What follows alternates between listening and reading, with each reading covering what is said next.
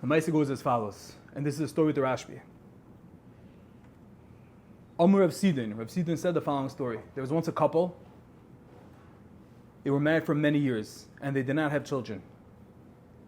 It was obviously a very painful decade of time, and they were seeing no results, no light at the end of the tunnel. And according to halacha l'maisa, not halacha l'maisa, but the halacha is that a person is chayiv to be megarish his wife. A person is chayiv to divorce his wife if they can't have children. But Hashem did not create the world to be empty, and we need to procreate. So the halacha is that a person is chayiv to divorce his wife. You don't pass like that. Thankfully, we have organizations that help this issue these days. But me'ikad dedina from the Gemara, a person would have to divorce his wife. So what did this couple do? So says the Medrash an astounding thing. They came to the Heilige Rashbi. They came to the Shimon Bar Yochai. The famous story of the Rashbi is about the carab, and he said in the Ma'ara, this is not a well-known famous story, and this is incredible. They came to the Rashbi, and they said, Rebbe, Tana, Heilige Tana, Shimon Bar Yochai, help us out, tell us, Yilamdeinu Rabbeinu, what should we do? We've been waiting for all these years, we have no children. What can we possibly do to merit Yeshua?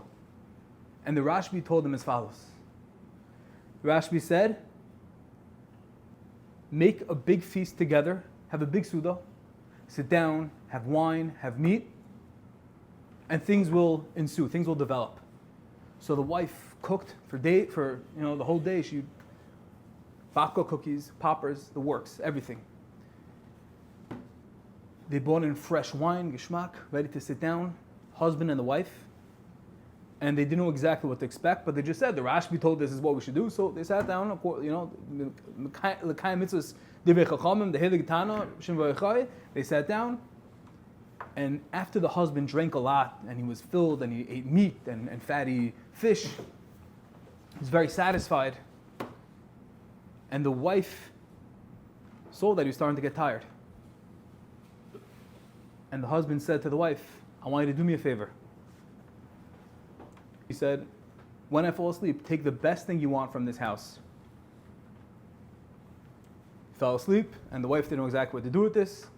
The husband fell asleep, and the next morning, the husband found himself in his father and mother's house, in his parents' house. He woke up, he was all confused. The last night he was with his wife, sitting by the Suda, and the next morning, his bed was removed, and he woke up in his parents' house.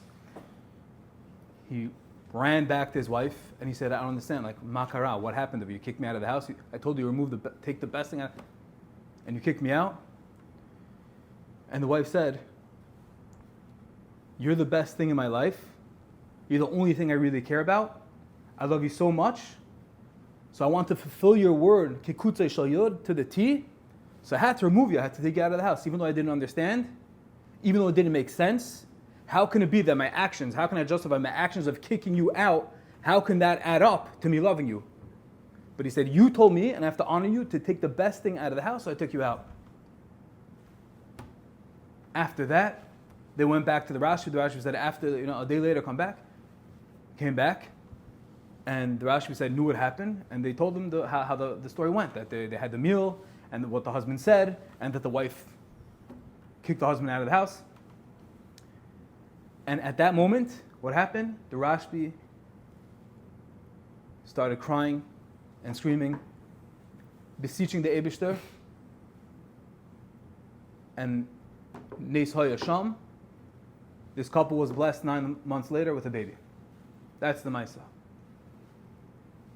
So the kasha is, what happened at the beginning, what happened at the end? If the Rashbi was able to daven in the beginning, he was able to break the iron gates, break through to the Rekir Dishmaya, Pamaya Dishmaya, and break through straight through to Hashem. What did he wait? What was this whole having the Suda kicking him out? Good kasha? Understand? The answer is that the Rashbi had to see that there was an emes, an aspiration, and a chukah, the strongest desire for Zera Shel Kayama at any cost. And even if it didn't make any sense to this couple, why they should make the meal, why they're waiting, why should the wife have to kick out the husband, the Rashbi was telling this couple that he needed to see full clarity, highest level, that they were nimsa, they were given over to Hashem, lishma, that they wanted Zera Shel Kayama, and at that point, only then, Was he able to storm Shemayim? And there were Zeichel, they married their children. So what do we learn from this? Le'inanenu, the Rashbi is telling us, and this is the parsha. We have agendas, sometimes we don't understand, sometimes we need things. And the Yisoid of the Rashbi, the Yisoid of Lag Ba'omer, is when we remind ourselves that sometimes we don't understand the full picture. Sometimes we're not sure how things make sense. We're not sure how we're going to get from A to B, A to Z. But the Rashbi, Tana Lekai, reminds us through this story that when we align ourselves with Shemayim, with the Kadosh Baruch Hu, we can be zeicher to anything on